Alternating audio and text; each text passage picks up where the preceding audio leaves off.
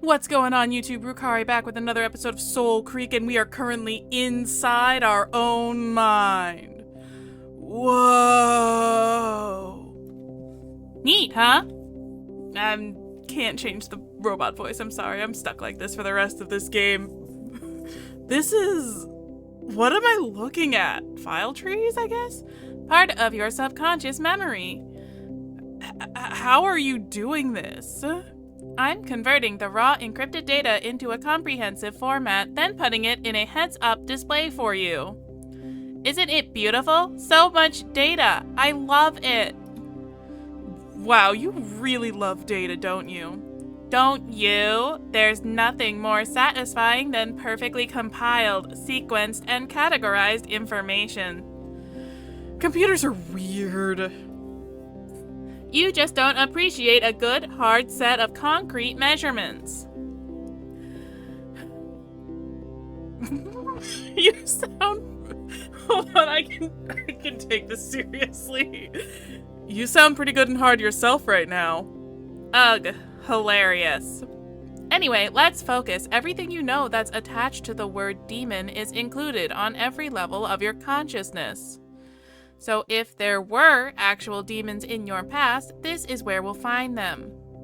We'll probably get a lot of results back. You should pick a second keyword to go alongside demons just to narrow things down. Okay, demons and artificial intelligence, demons and... Because I don't think Zephyr were a thing, neither was later. So let's try demons and artificial intelligence to start with. Try artificial intelligence. No cross matches, but there is a lot of data on artificial intelligence in here. So the Zephyr definitely had access to that technology. Absolutely. I mean, look at me. And me, possibly. If you are a machine, then I'm probably way more advanced than you. Jerk. Let's just search for demons and see what we get. There were 17,462 results. Yeah, ouch, that's a lot. That's pretty small, to be honest. Let's see, we've got results for demons in religion, occultism, literature, fiction, mythology, and folklore. I've got all that on my memory drive? Wow. That's the indicator of a well-lived life before, even if we don't have any readable memory data out of it. Okay, so let's try demons and occultism? Alright. Etymologically, none of your memories have concrete definition of a demon. Certainly nothing indicates they were ever real. It says here that the most common definition is that they're non-human, separable souls or discarnate spirits which have never inhabited a body, but are capable of entering relations with mortal races. Doesn't sound anything like them. So, whatever these creatures are, I've never encountered them before? You know, this could just be a translation issue. Demon might be the closest word our language software has to whatever these people actually call these machines. Well, while we're here, can you see anything about beast races? I certainly don't remember them either. We could check some of the archives here. Here. Nope, nothing. No memory of beast races, or any other humans for that matter. Just you and I. Do you see anything about what might have caused the cascade? Not really. How about the affliction? Nope, nothing on that either. You really are a blank slate.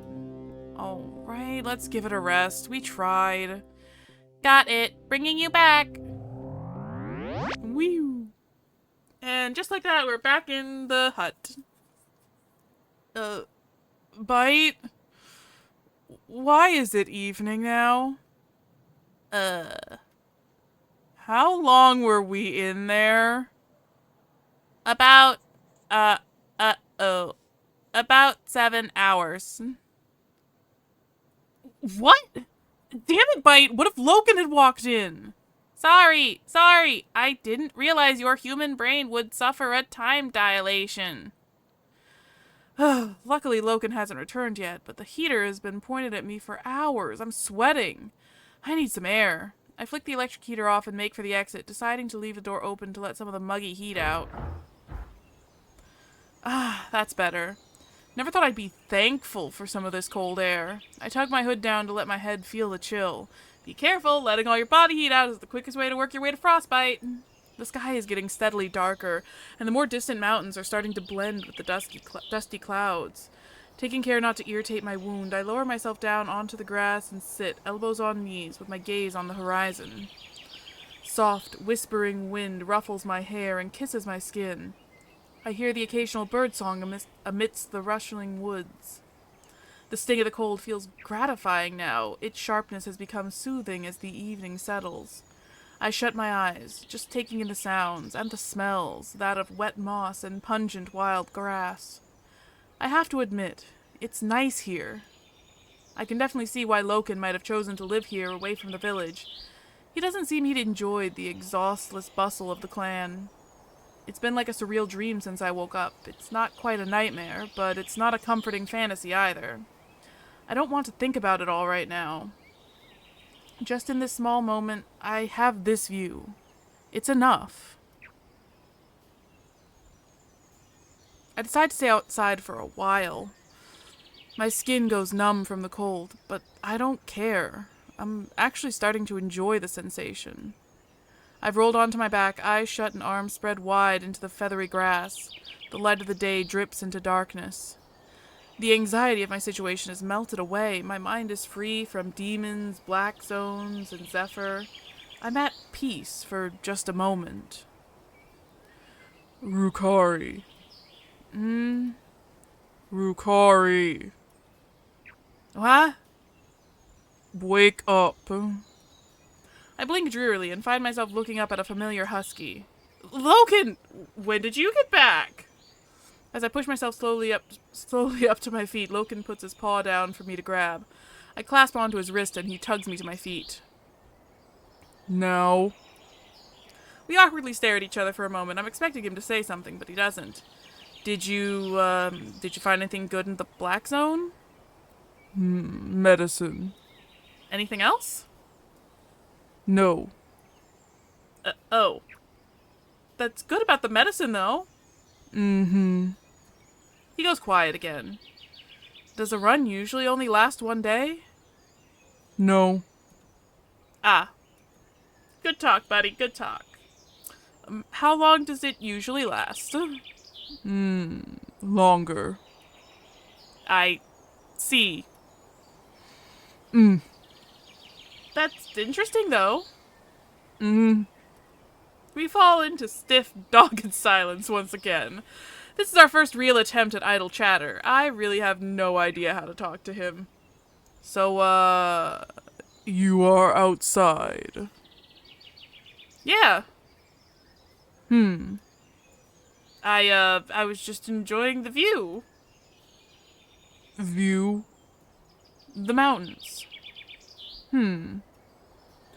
It's a really nice view.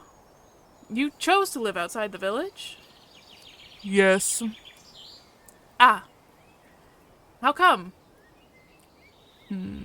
It is a nice view. Ah, well, yeah, it is. Honestly, rocks are more verbose than this hound. He looks over to the mountains, as still as a statue, the breeze ruffling his pelt. Well, you went to Bleakstone, didn't you? That's south of here?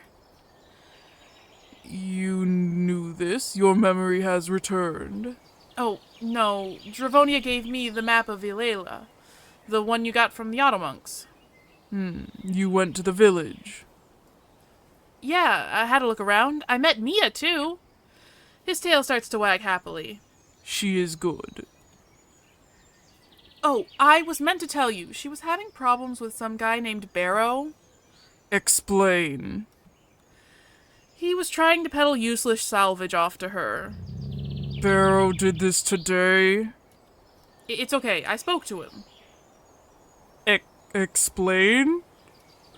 I just told him to back off. He said he was given that piece from some other Blackrunner, a cheetah. She swindled him.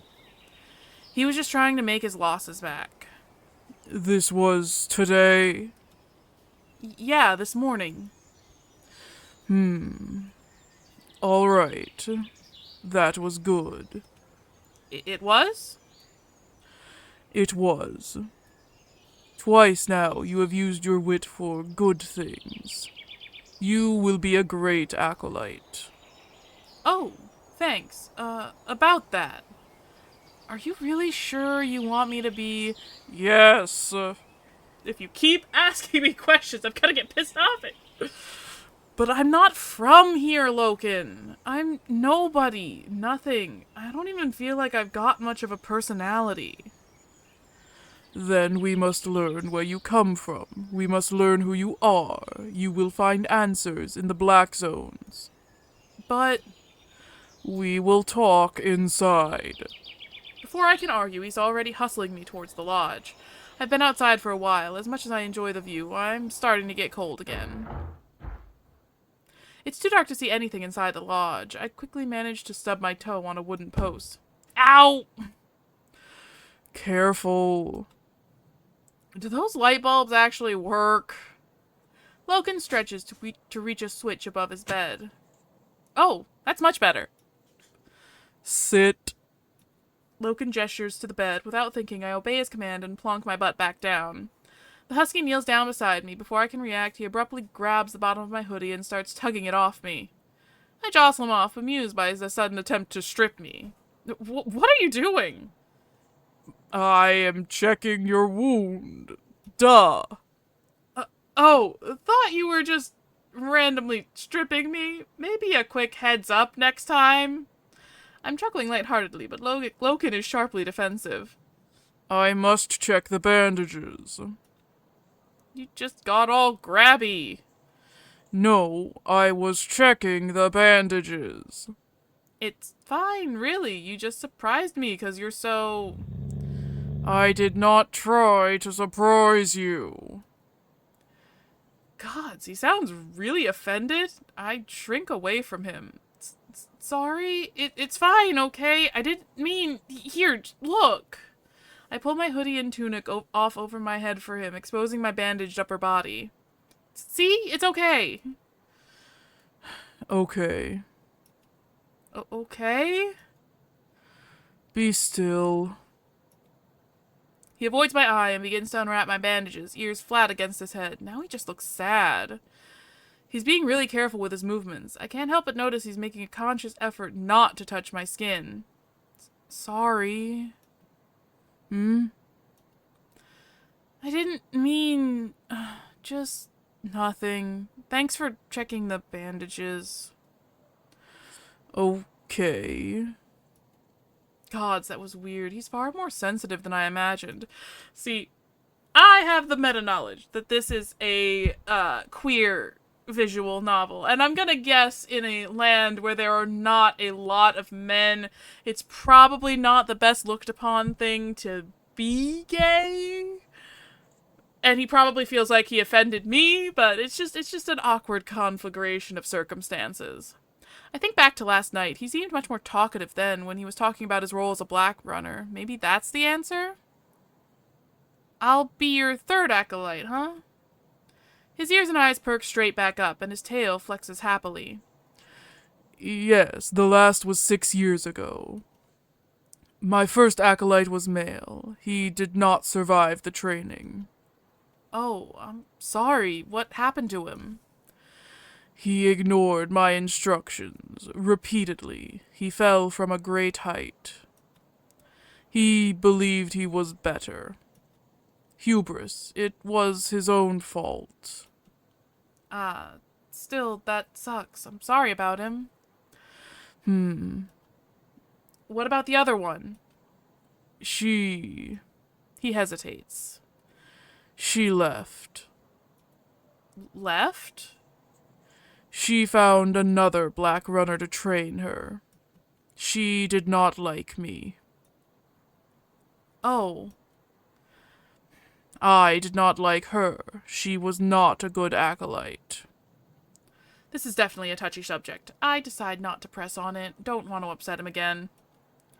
You know, I didn't realize people don't believe in demons. I asked Taki what they are, but she didn't know. Neither did your chief.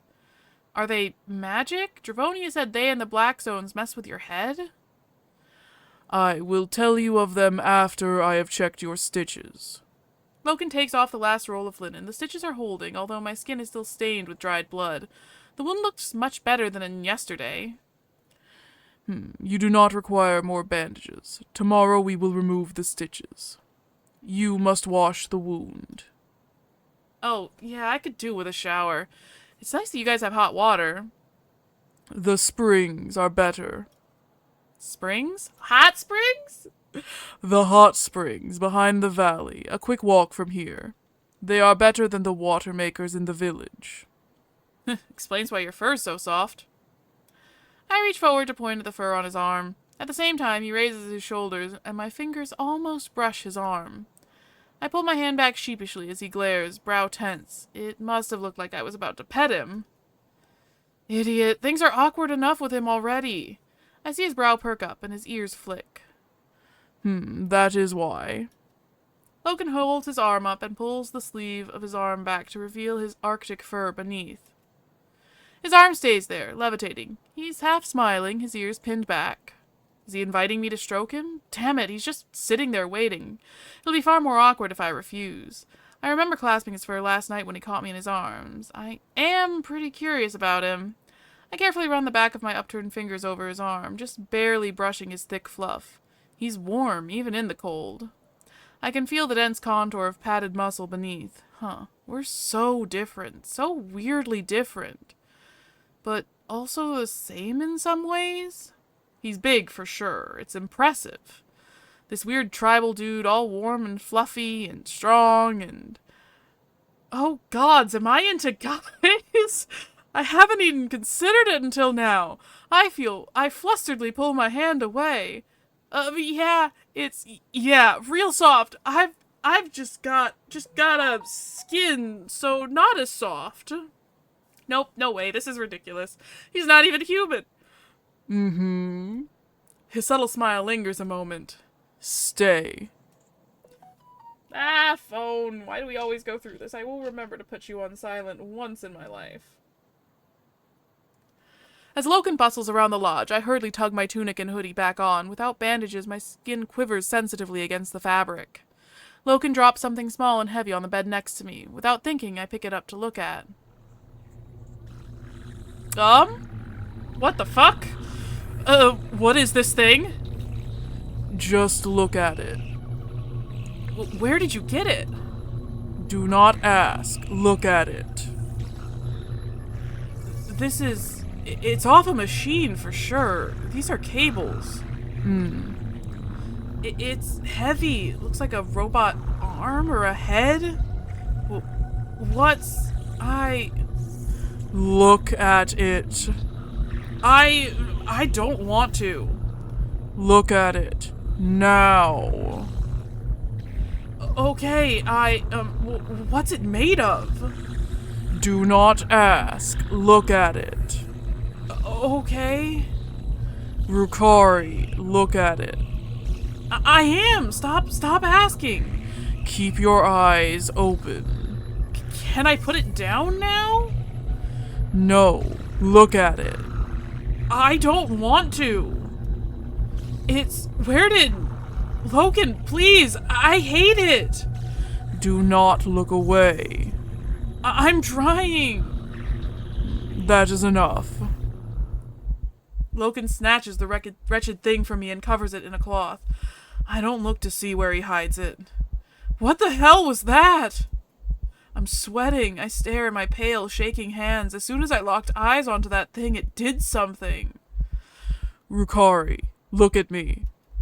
Trembling, I do so. This is part of your training. Demons cannot be explained. A Blackrunner must build a tolerance. This attunement may be fast or slow. The Four will guide you. You cannot comprehend them yet. You must not think of them. You are not ready. I'm horrified. I feel sick. I want to get up, run outside, and puke, but I know there's nothing in my stomach to throw up. I don't want anything to do with those things. It will get easier. All acolytes must endure this. You will be a great Blackrunner. No, I just can't. I'm out. I can't be a Blackrunner. I'm sorry. You will. But... Enough. Here. Loken holds a small cup of water out for me. Without a second's hesitation, I grab hold of it and pour its contents down my throat desperately. The husky sits on the ground in front of me, watching carefully. I still don't understand what just happened. One moment I was fine, the next I was... Bite, what happened? Heart palpitations, hyperventilating, trembling, and sweating. My guess is a minor anxiety attack. There was nothing minor about that. Did you scan it? I didn't get a chance. But what was it? I've never... Hey, Loken told you not to think about them. But... Rukari, do not think of them. See? Just talk to him. I think I'm okay now. I try to pretend I'm alright and ignore what just happened. Good. He goes quiet for a moment, watching me. You are small. I guess? You are hungry? Oh, I ate at the village earlier. Humans do not eat much. We don't. I'm not going to be able to keep that lie up for long.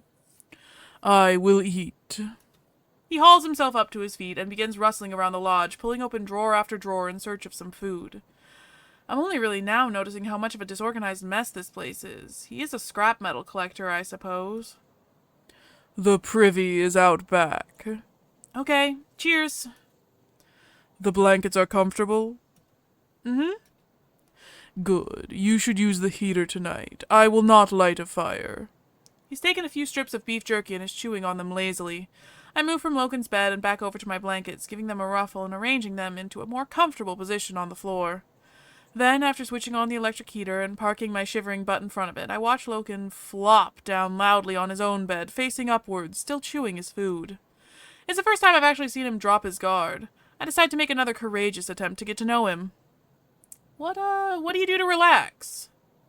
He puts one arm behind his head and with the other gestures over to his crates of scrap. I maintain my salvage. I have no idea how much maintaining a giant box of rusty junk actually needs. Mind if I have a look at it? I do not mind. I'm almost afraid to touch his salvage, given how possessive he is of his stuff.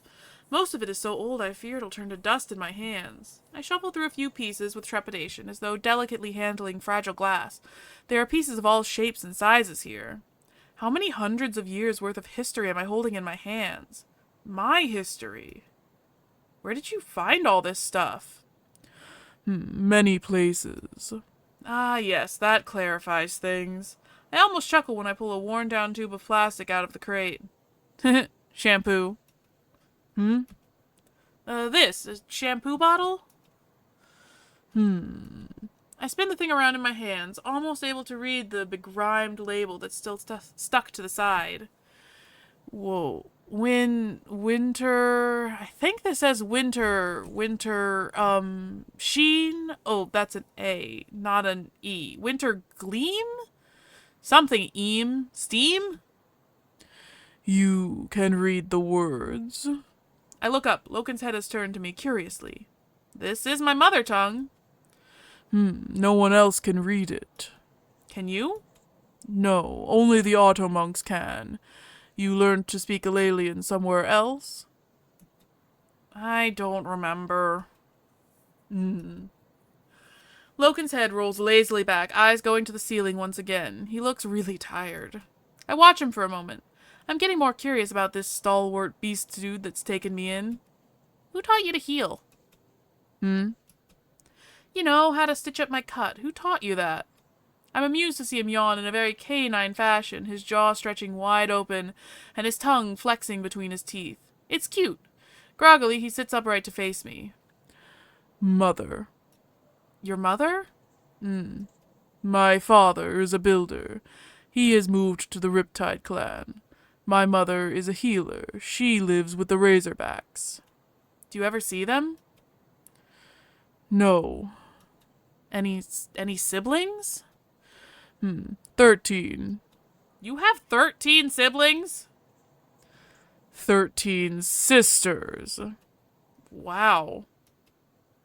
Do you ever see them? I have never met them. How come? I should have. Well, yeah? They're your family? He stares at me. Families stick together? No, No? they do not. Just like that, he's grouchy again. Is it my fault or is it him? I really feel like it's him. I will sleep. Okay, me too. Good. We will visit the hot springs in the morning. Loken stretches himself up and reaches for the corners of the lodge again. It's almost pitch black, save for the dull glow of the heater. Loken flops back onto his animal skin bed, the mattress springing lightly from his weight.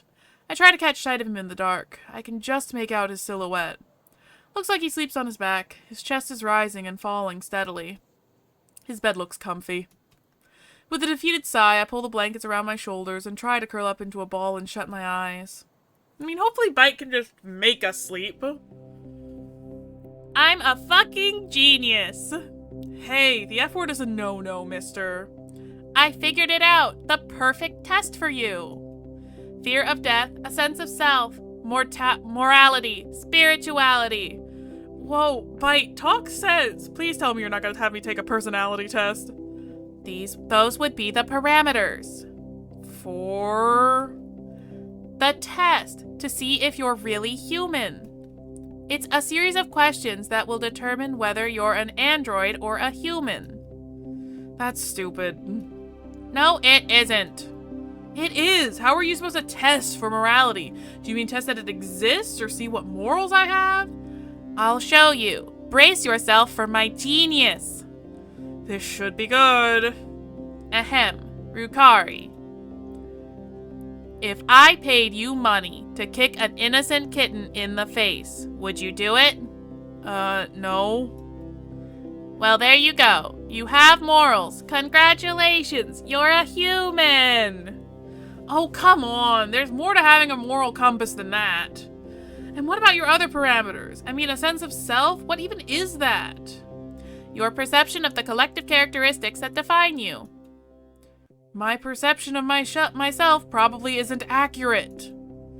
Surely nobody knows you better than you. Not really. Stupid people don't know that they're stupid. Look, Bite, your test won't work. The things that make you human can't just be quantified and ticked off a list. Well, a fear of death is pretty straightforward. It's just rational self-preservation. Fear isn't always rational. The fear of death is always rational. It's death. If you looked over the edge of a cliff, you'd be afraid of falling, right? Well, yeah, but that's obviously a rational fear. Humans are pretty squishy. We often explode into showers of blood, gore, and teeth when you drop us from any reasonable height. Just let me try my test questions on you. Bite. I'll prove that you're human after all. Ugh, fine. Okay, all you have to do is answer my questions, and your answers will determine the results. Am I going to be kicking more hypothetical kittens in the face? Question 1. The following sentence is true. The previous sentence is false. Which of those two sentences is true? What? Want me to repeat it? No, it's stupid. You're just talking bollocks. It's a paradox. It's stupid, Bite. Fine, next question. Is the difference between a fish purely that one of its legs are both the same? What? I'm with Mikey. That's even stupider than the last question. What's your answer, though? doesn't even make sense. Next question. Okay. I wasn't originally going to get a brain transplant, but then I changed my mind. Is that it? Are you just telling me riddles and jokes? Yes. That's not a question. Well, what's your response? You didn't ask me anything. I didn't say they were all going to be questions. What's your response? You know what? This is dumb. You're dumb. Let me ask you dumb things. We're testing you here, not me. But I could ask you the same questions and you'd easily pass for human too. But we already know I'm just an AI. There's more to you than that and you damn well know it. Loken is more of a robot than you. What are you saying? You act like a human. Ha! Well, I'm not. Am I not? Haha, don't be silly. Wait, you think I'm human?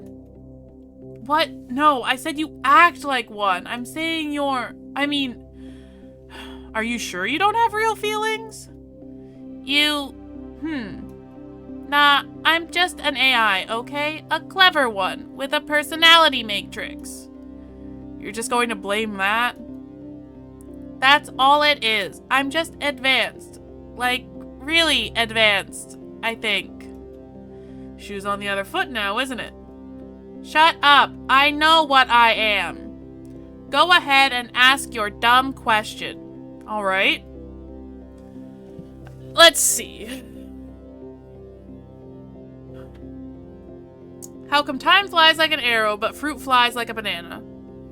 Do you believe in free will? The statement is false. Was the preceding statement true? What do you get if you cross a joke with a rhetorical question?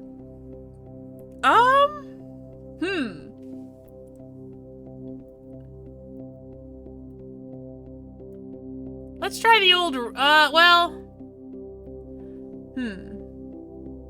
I don't know what would be a good question to ask this little fucker.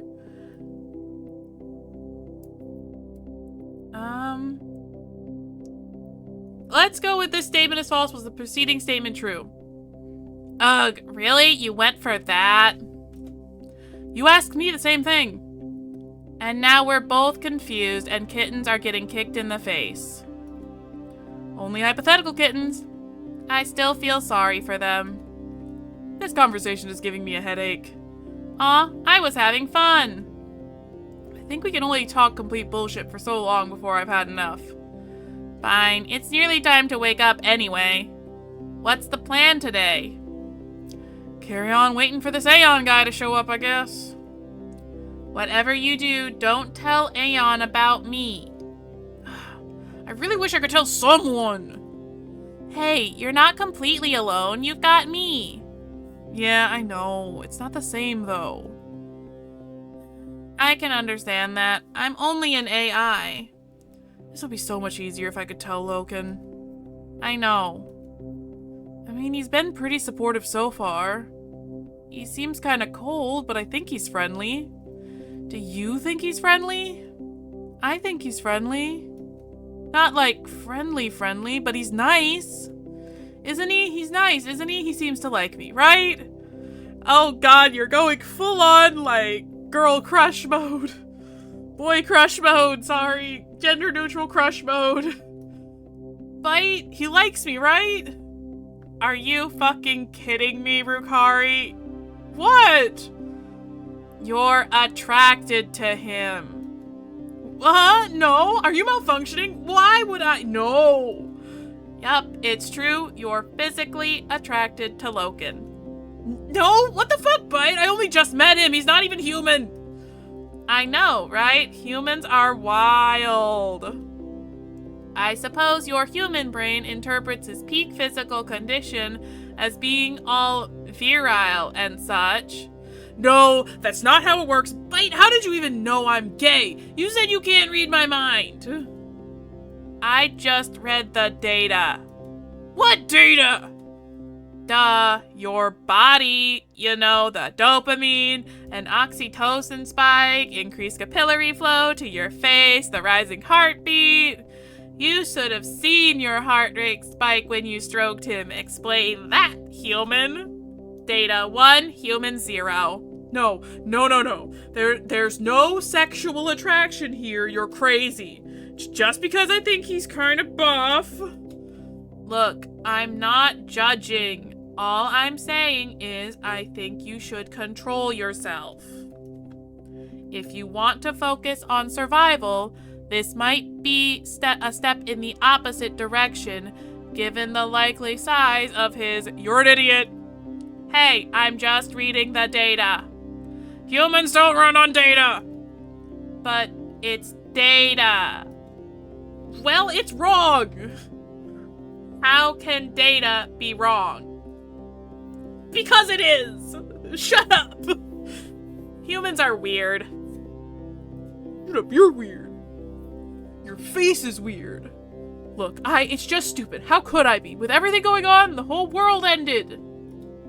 I suppose the end of the world isn't exactly shocking if you don't remember the world. It's like asking you to be sad because someone you don't know died in a place you've never been. Still, maybe keep it in your pants. That's not the kind of data we're looking for. Honestly, your obsession with data is worrying. Honestly, your lack of appreciation for data is worrying. I don't see the attraction. Maybe you and Data should make out while I watch. I would if I could. I'll find a way to uninstall you, I swear. Hey, Rukari. What? Rukari. What? Rukari. Huh? Wake up. What? Wake up. It is morning. He's knelt down by my side, crudely shaking me awake by the shoulder. What time is it? Morning. But what time? Morning. I groan. So you don't have a clock? He stares at me. To tell the time with? No. Get up. Loken steps away from me and stands to his full height, arms folded, staring me down. I feel tiny next to him. I groggily sit upright, expecting a rush of pain from my lacerated side to hit me. Thankfully, all I feel is a faint tingle. That dawn lily stuff really works. I can barely feel any pain. Okay, get up. As chatty as ever. We begin your training today. I'm still pretty badly hurt. You must wash the wound in the hot spring. Get up. I get to my feet, stretching my neck and rubbing my face. It's still cold as ever in here, though I'm getting used to it after 2 days. I'm a little stiff from having slept on the floor, but I'm not going to complain. The blankets Logan got me kept me warm, which is what really matters. Will I get a proper bed at some point? I'd rather not just sleep on Logan's floor forever. I can think of one way you end up in a bed. Before I've even properly found my footing, Loken thrust a chunk of beef jerky into my hands. I'll eat later, thanks. Now he looks suspicious. You are not hungry. Nah, I had a good meal at the village. That was yesterday. Eat. I told you, humans don't eat much. I drop the food onto my bedding and change the subject before he can argue back. Where are the hot springs, then? Are they far? They are not. I will check your wound. Logan takes a decisive step towards me, reaching for the hem of my hoodie to lift it up again. This time, however, he hesitates. I will check your wound.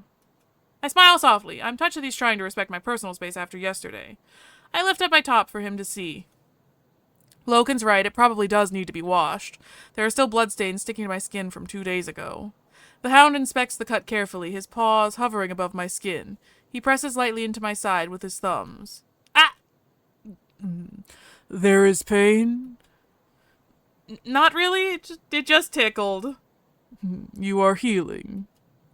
Here. He promptly thrusts a small twig and a wooden cup into my hands. I take them with a bemused frown and peer into the cup. It contains a gray, viscous liquid that reeks like pungent oil. I scrunch my face up in protest of the stench and frown, confused at the twig in my other hand. What are these for? Teeth. His ears twitch as I give him a confused stare. You are okay?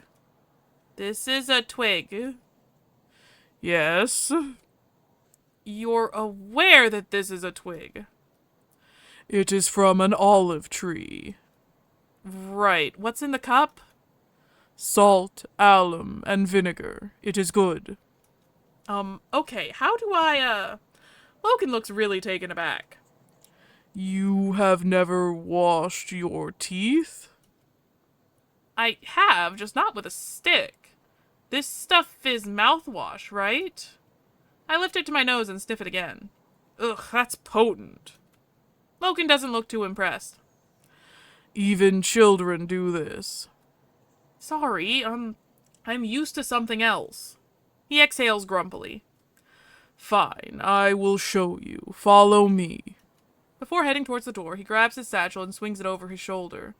Shuddering against the cold, I follow him outside with my makeshift toothbrush and mouthwash in hand. It feels warmer today. This is good for the farmers. Now, watch and copy. He's not seriously going to brush his teeth with a twig, is he? Oh, wow, he is. I watch with amazement as he chews on the tip of the stick. Chew until it is like this. I mean, this is actually pretty common.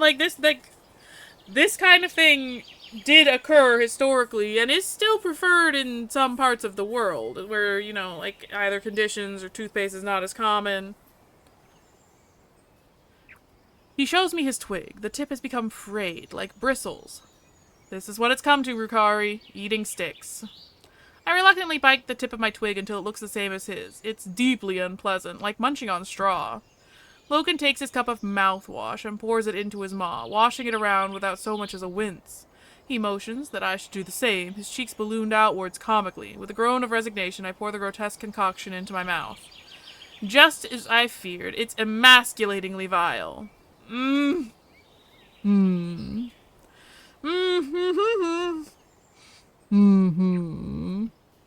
does he put up with this every day? It's an acquired taste, I guess. When he spits the mixture out into the ground, I rapidly do the same. Fuck, it's like eating dawn lily all over again. It is better than bleeding gums. When I'm a Blackrunner, the first salvage I'm going to invoke my right for is a decent Zephyr toothbrush. I already have one. I meant a clean one. I continue working the bristled twig around my teeth. Come, we will go to the hot spring. We continue picking at our teeth with our brushing sticks as I follow him away from the lodge. Tonight we will remove the stitches. Cool. Cool? Yeah, cool. He's looking at me with a blank expression. Oh, I mean good. It's a Zephyr saying, I guess. Cool. It means good. Humans are strange. Why are we strange? You have no fur. Well, you're strange to me too. He scowls contemptuously at me. I am not strange. Loken walks away before I can answer. Feels like I can't say anything without upsetting him. Language barriers, my guy. Honestly, we may have just called him queer. Loken hands me a leather-skin water bag to wash my mouth out with as we walk. I do so gladly, relieved to be free from the taste of licking a forest floor. As I gaze at the musculature of his upper back flexing beneath his pelt as he walks. He has a stiff tranquility that makes him seem really indomitable. His thick Arctic fur is bristling gently in the bitter cold breeze, his tail swaying with his step.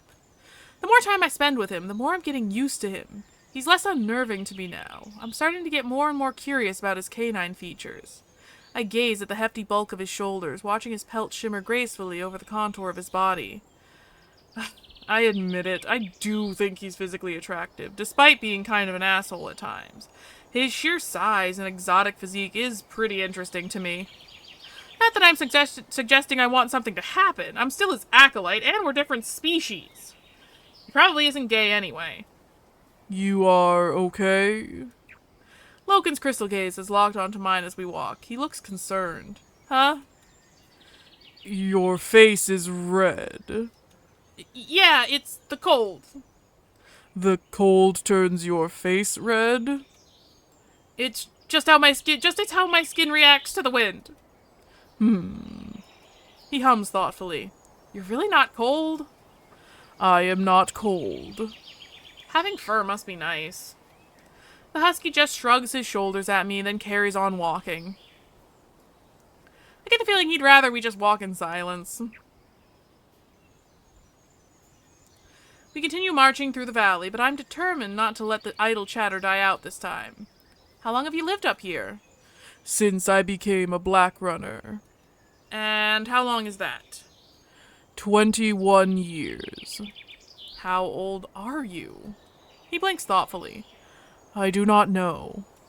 Seriously? It is hard to keep track. I have at least 30 years, and some more after that. Have you lived alone the whole time? His stride gets momentarily slower. Yes. No. Yes. And then out of nowhere he glares at me. I am not lonely. I never said you were? Good, I am not. Okay? His pace quickens and he shoots me a nasty glare. I shrink from it as his pace quickens once more, leaving me behind. Damn, now it's just getting kind of rude. I'm only trying to be friendly. Ah, lovely little hot spring. We come to a dip in the mountainous valley, and my eyes boggle at the sight before me. A beautiful crystal spring of clear, bubbling water sits nestled amidst the gentle hills and thick forestry. It sparkles in the bright sunlight. Wisps of gentle steam amble upwards into the breeze. Even as I approach the spring, I can feel the pleasant heat from the water glazing my face. This is... wow. Others do not come here. Why not? Because... He grimaces. Because I am a Blackrunner. So? They believe we are tainted. I frown. The taint of demons. They will not use this spring. I suppose Blackrunners are living, walking witnesses of whatever lives inside the Blackzones. It goes against the ignorance is bliss mentality. And yet most people seem to respect him. I can't quite get my head around it. Are people scared of Blackrunners, or...?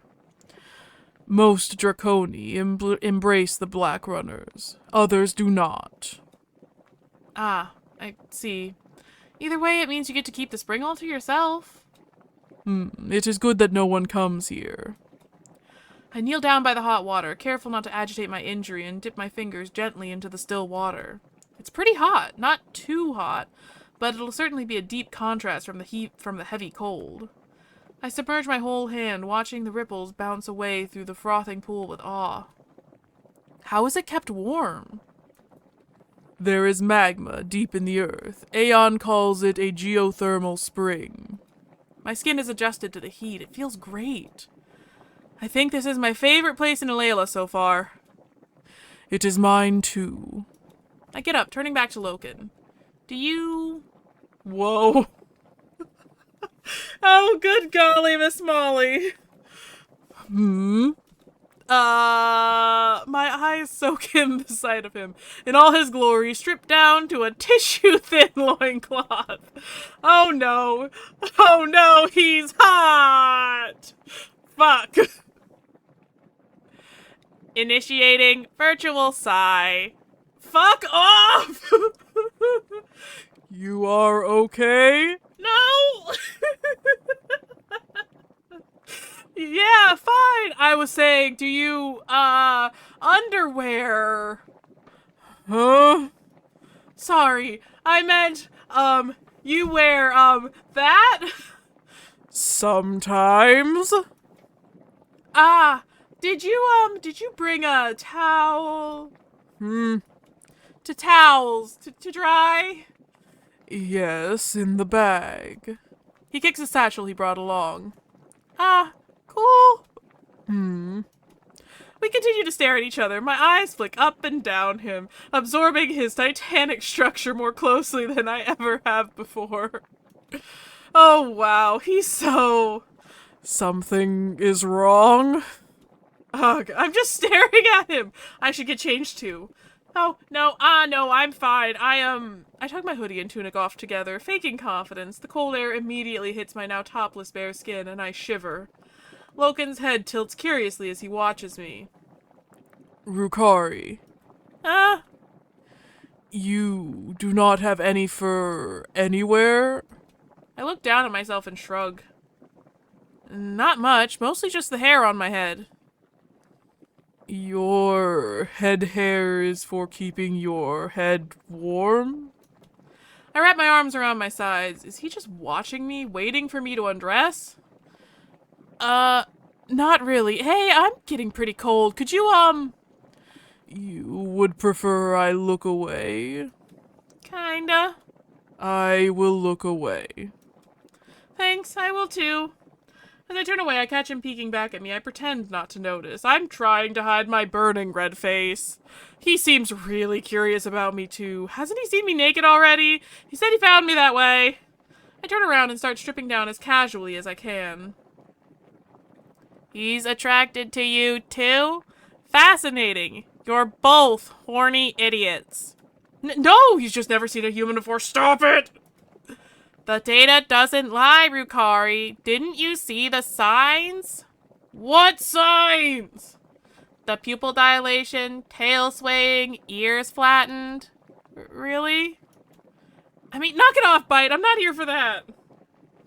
Wait, do we get in the water totally naked, or should I keep my underwear on? What if he thinks I'm weird wearing mine into the spring? Or what if I take them off, but he doesn't and he thinks I'm even weirder? Should I ask? No, I'll sound crazy. I could check to see what he's doing.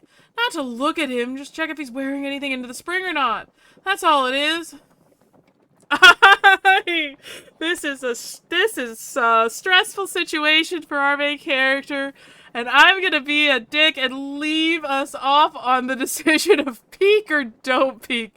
Thank you guys so much for watching. I hope I'll see you in the next episode. If you like this video, feel free to leave a like, and if you want to subscribe, we're getting really close to 100 subscribers, which is a number I didn't think I would get to, but we're here and we're having fun, and I'm just rambling now, so I'm gonna sign off. Okay, goodbye!